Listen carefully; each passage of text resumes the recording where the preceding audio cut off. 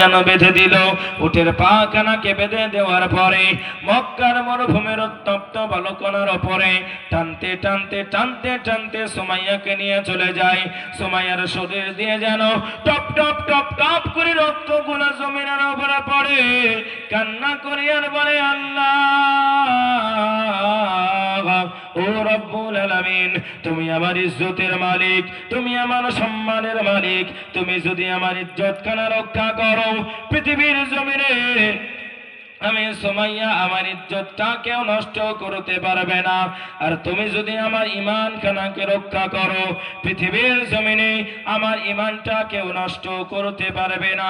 আমার আল্লাহ সুমাইয়ার অন্তরের মধ্যে ইলহাম করে জানিয়ে দেয়, পৃথিবীর মানুষেরা যে ব্যক্তি আল্লাহর হয়ে যাবে, মান কানা লিল্লাহি, যে ব্যক্তি আল্লাহর হয়ে যাবে, কানা আল্লাহু লাহু, আমি আল্লাহ তার হয়ে যাব। বান্দা যদি তুমি আমার দিকে একবার হাওয়া ঘুরে দিয়ে আসো, আমি আল্লাহ পাক আল্লাহ তাআলা তোমার দিকে দৌড়ে দৌড়ে যাব। বান্দা যদি তুমি আমার দিকে একবার দৌড়ে দৌড়ে আসো, আমি আল্লাহ পাক আল্লাহ তাআলা বান্দা তোমার দিকে আরো অগ্রসর হয়ে এগিয়ে যাব। জোরে বলা যায় না সুবহানাল্লাহ।